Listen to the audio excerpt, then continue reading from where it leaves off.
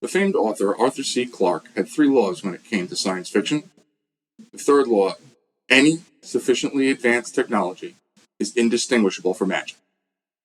We're here to peel back the curtain and show how the tricks in cyber are done so we can all have a better understanding. This is Demystifying Cyber. I'm Thomas Perrin, cybersecurity professional with close to 20 years in the industry and self-professed most paranoid person in the room. On this episode of Demystifying Cyber, let's lift the veil on MFA, Multifactor Authentication. What would happen to you if someone was able to access your bank account and transfer all of your money out? How would you feel if your friends and family were scammed out of significant money because of an email you, quote-unquote, sent them? Would you feel violated if someone used your email address after they took control of it to conduct widespread fraud and scam dozens of strangers, if not more, out of their life savings? What if all of your family and friends became targets just because you had them in your address book? Do you want strangers accessing and manipulating your emails, savings account, retirement accounts, financial investments, medical records, utility bills and accounts, or your social media? Of course you don't. But all of those are possible scenarios that we decrease the chances of happening significantly when we implement MFA, or multi-factor authentication, on our accounts. Sure, MFA can be annoying. It can feel like it's interrupting your flow. But those are the benefits it provides you. It greatly reduces the likelihood that any of those horrible situations could happen to you. And really, it's a grand singular benefit. It helps you keep all of those accounts, with all of that personal information, within your control only. It greatly reduces the odds of you and your loved one from being victimized through one of your accounts or in your name. Do you want it to be your account that leads to massive security incident at your job that could potentially lead to the company having to close or lay off a lot of your friends and coworkers? Not because it's your fault, just because MFA wasn't enforced for the account. Now let's acknowledge the ugly truth about people in MFA. We don't like it. We find it annoying, a tedious extra task that just prolongs this simple thing I'm trying to get done so I can move on to the next thing. All I want to do is check my email so I can see when the fantasy football draft is. What's the big deal? It's just a quick login to my bank to confirm I have the funds for that new Lego set that was finally released. All I want to do is log into social media so I can take a picture of this sandwich, say it's basic, give it 0 stars, and throw in a bunch of trending hashtags because I'm an influencer in training. What's so critical about any of that? Fair enough. But if you're looking to be an influencer, if your social media accounts have your personal thoughts and reputation, are you willing to lose control and access to them? Then there's the actual logistics of using MFA. I sat down at my computer, but I left my phone charging in the other room. Now I have to get up and go get the phone, just to confirm I'm me by clicking an app or entering some dopey code. I'd love to log in right now, but I was in a rush getting everyone out the door this morning before I came to the bank to process this loan application, and I forgot my phone. Or you misplaced the security token you use for MFA. Or you took that tray of muffins out of the oven when you were distracted and burned your fingertips so badly that now your fingerprint is no longer valid. Okay, that may be a bit of an extreme example. The moral of the story is always use oven mitts. I get it, I do. Sometimes I have those same thoughts and feelings. I just need to do this quick little thing, and this extra MFA step is going to take almost as long as the thing I'm logging in to do. So I share that feeling. But I know why it's important. It's not necessarily there to only prevent a malicious intent. It's there to help guard against a negative outcome. So I've learned to appreciate that little bit of a delay. So all that being said, what exactly is MFA? MFA is the abbreviation for a multi-factor authentication.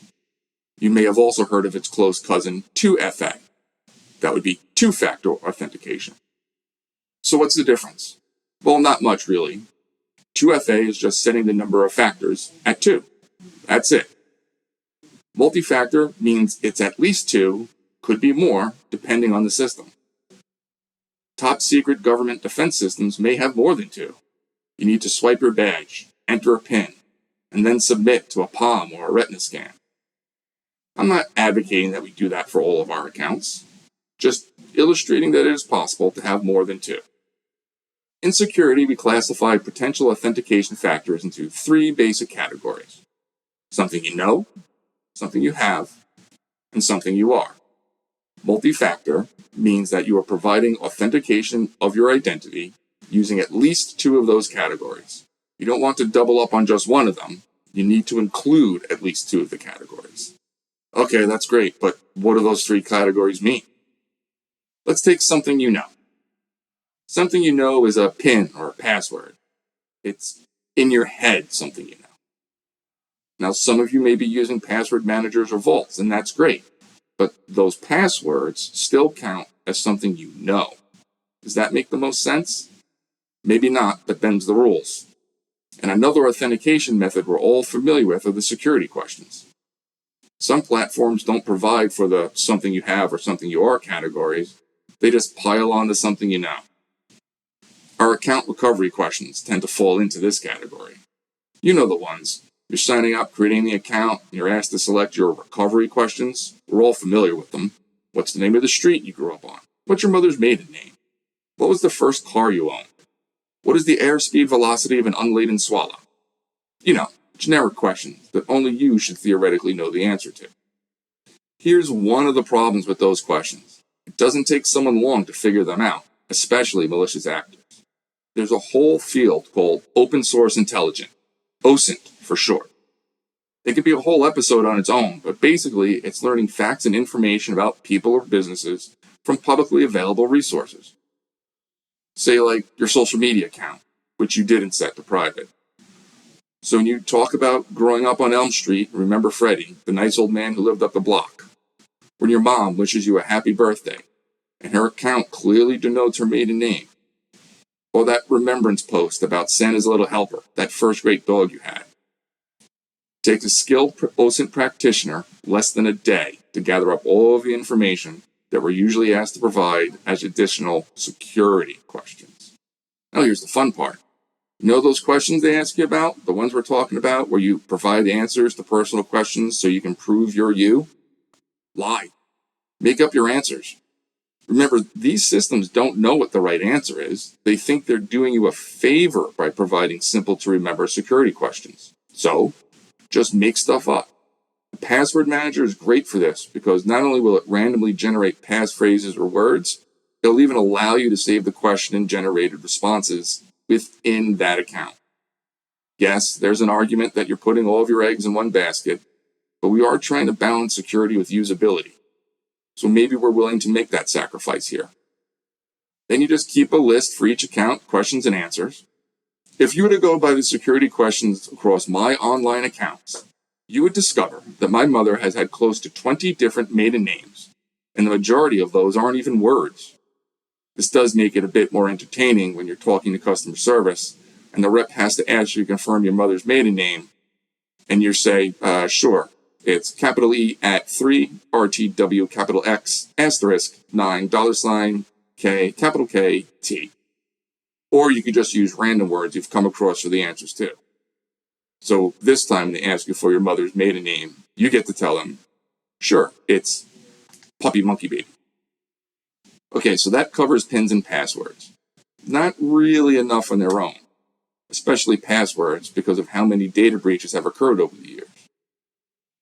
You basically have to accept that most of your passwords have already been compromised, and it's just a matter of time before some threat actor comes along and tries them against every kind of web account there is. They could try to run what we call a spray and pray attack. Basically, they just throw every username and password combination they have at a system and see which ones the system accepts. Now, if you have MFA, our friend Multifactor, that spray and pray attack alone won't get them access.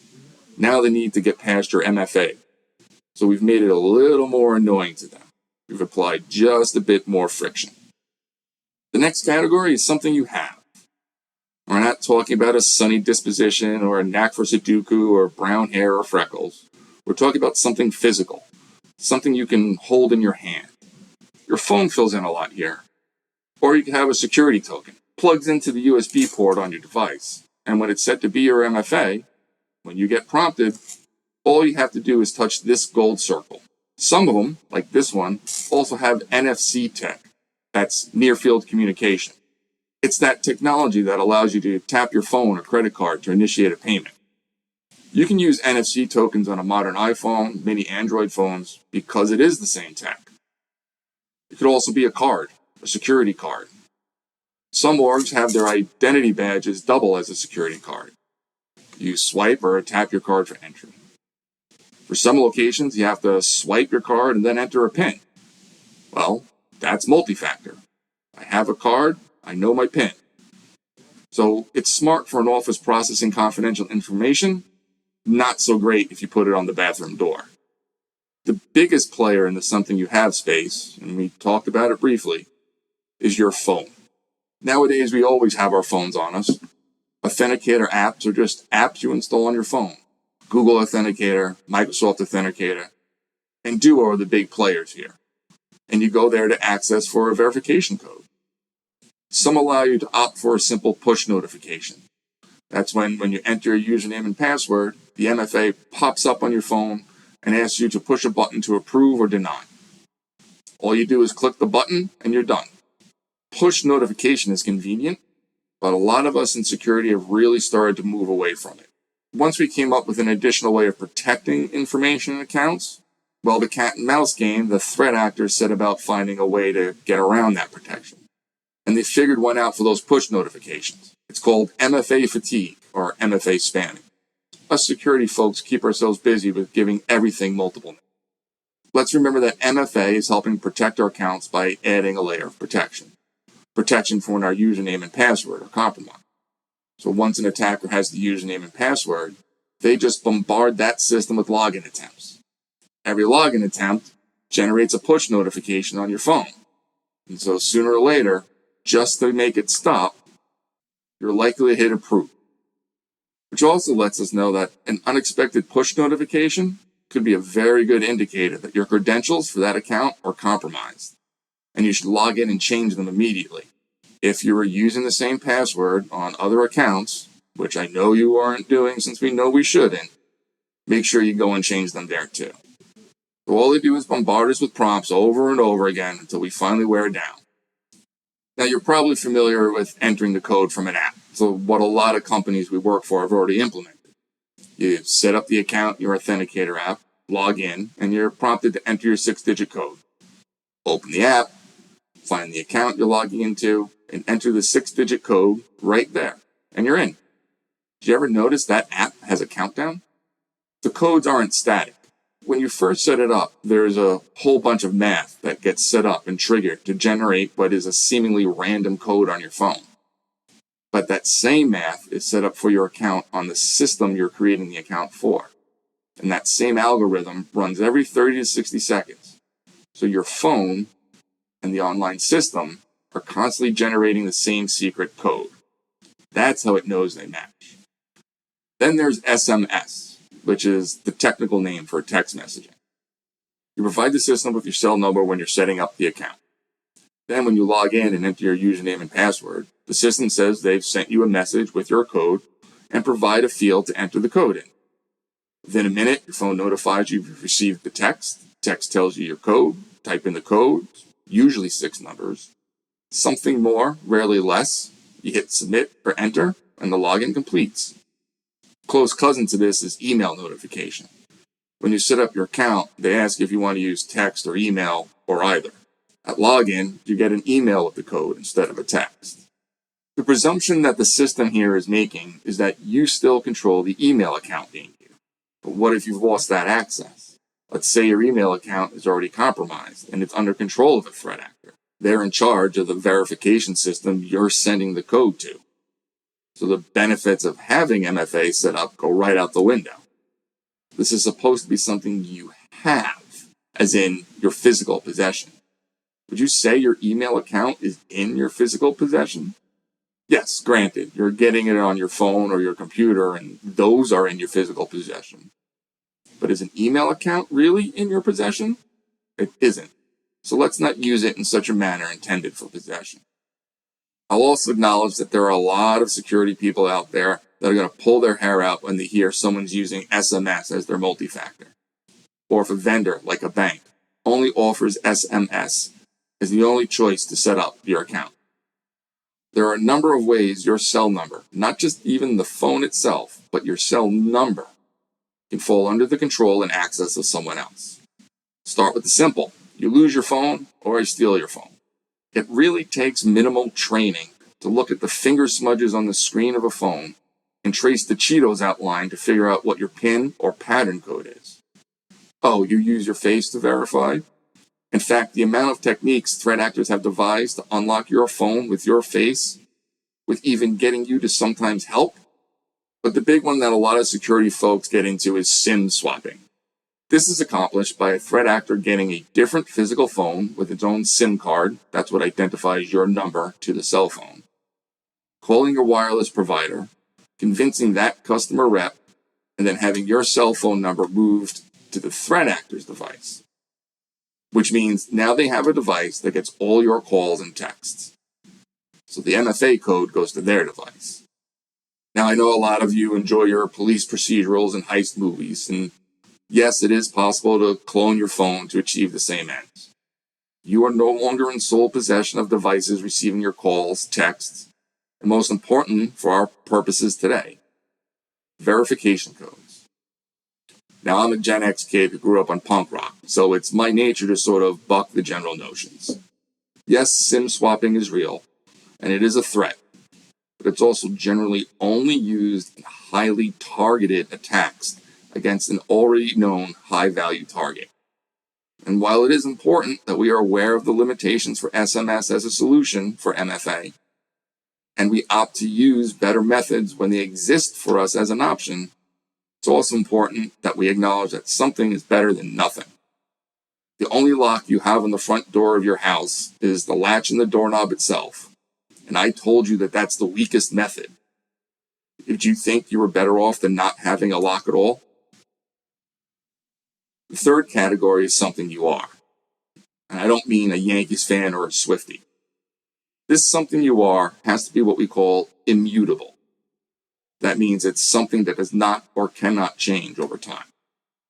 This is the category for biometrics, fingerprints, palm scans, retina scans, all of those. The logic goes that only you have your fingerprints, retina, pattern, or other biometric markers. And while mostly true, we must also acknowledge that there have been plenty of instances where some threat actor has figured out how to beat a biometric scanner. Yes, Hollywood has shown us many ways, from the ingenious technical to the somewhat gory physical, but the actual methods are even broader and less messy. Then there's the notion that these items don't change. I met someone once working security, and they couldn't use their fingerprints for biometrics anymore. In the course of saving some of their possessions and some other items around their house, they'd suffered significant burns on their hands and figure. Their fingerprints were lost. Not only did that mean they could no longer use their fingerprint to establish an authentication factor, it also meant that any account where their fingerprint had been, they could no longer use it. Also, despite what CSI and Dick Wolf's universe may have led us to believe, our fingerprints aren't as unique as many of us think. Then you have one of my favorite stories involving a retina scan. There is a senior military officer, and they were thrilled to learn they were pregnant. But since it was still the early stages of pregnancy, and because of where they work, they didn't want to share that fact right away with a larger circle that would include friends and colleagues. One day, they arrived at the military installation where they work, and it had heightened security, which included a retinal scan. A scan this individual had used many times before to gain entry. Officer steps up, scans their eye, negative. They try it again. And again, red light, no entry. Now annoyed, somewhat frustrated, they contact the tech person for the system and report the issue. Technician responds, checks the system, checks the pattern on file and the pattern in their eye, and makes a simple pronouncement. Oh, it's because you're pregnant. I'll just make an adjustment for your new pattern.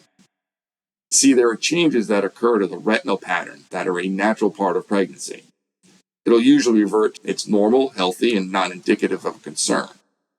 But what it does do is cause an issue with verifying your identity against the retina pattern that was on file. This officer's personal secret was no longer a secret. There was another story I read around the same time about a journalist in Europe who was able to take a high-resolution photo with their cell phone's camera during a press conference.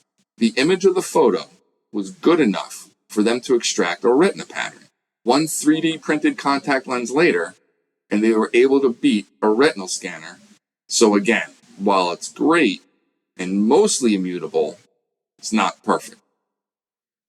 And that's what's important to remember. As secure as any of these methods are, none of them are perfect nor foolproof.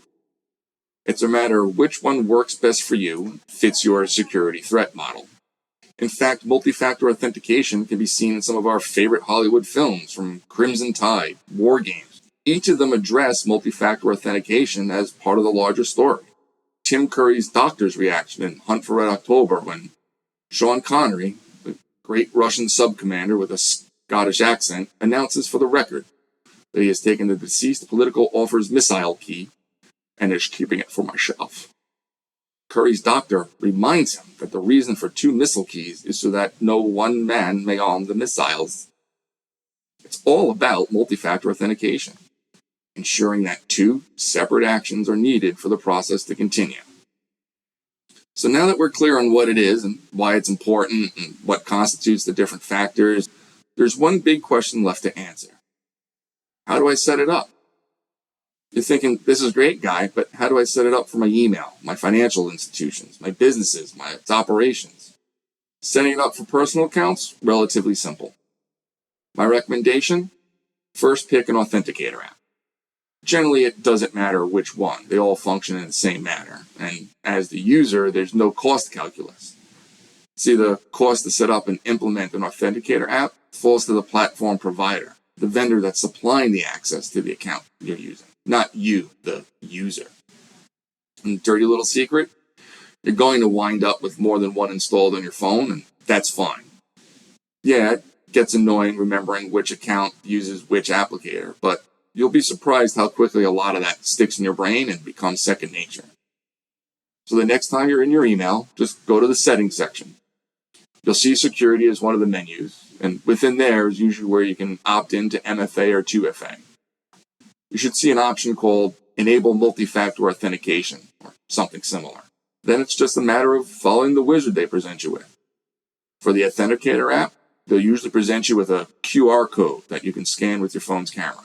That'll set up the account in the app. You simply enter the corresponding code to confirm it's set up and working, and voila, you've implemented MFA. What if the only option the account offers you, say your bank, is text or email? Set it up with SMS option over the email one. And feel free to send them an email asking when they expect to offer OTP, the whole Authenticator app thing, or security keys or tokens. You're a company, the good news is you likely already have a lot of options available to you, and they're likely included in your current SaaS, SaaS, software as a service, and other cloud solutions. It's simply a matter of working with your vendor to determine how you turn it on and roll it out across the organization. Word of advice here is start small and in groups whenever possible. And definitely communicate with your people that you're planning to roll it out, what they should expect, and which applications will occur to them. Then send them reminders. Don't turn it on across every system all at once. Plan it through with your business leaders, security teams, consultants, and your vendors. Now, if you're feeling really ambitious at home or the office, use a security token, the hardware solution. They're great, harder to bypass, but there is a cost consideration since you have to buy them and replace them if they're lost or stolen. Once you've set up your Authenticator app, make sure you're backing it up. The last thing you want to do is get all of this set up, get a new phone, set that up, and then realize all of your verification codes were left behind. And if all of this feels daunting to you personally, start small. What accounts have the most important information to you? Start with those. For most of us, that's email and financial systems like our banks, credit cards. Just have a plan that the next time you log into an account, you're going to take the less than 5 minutes needed to turn on and set up multi-factor authentication for that account. And that's just about it. Remember, security is about balancing friction. It's not about making it difficult for ourselves to access what we need when we want, but making it harder for an unauthorized party, threat actor, bad guy, to do so. So the next time you have to enter that code, smile. It's a reminder that little extra protection you've put in place and that your account's a little bit more secure than they used to be with just the password. Computers are really just processing an almost endless series of ones and zeros. Once you remember that, while we may be indistinguishable from the magic, the cloud tends to disappear. Until next time, thanks for joining.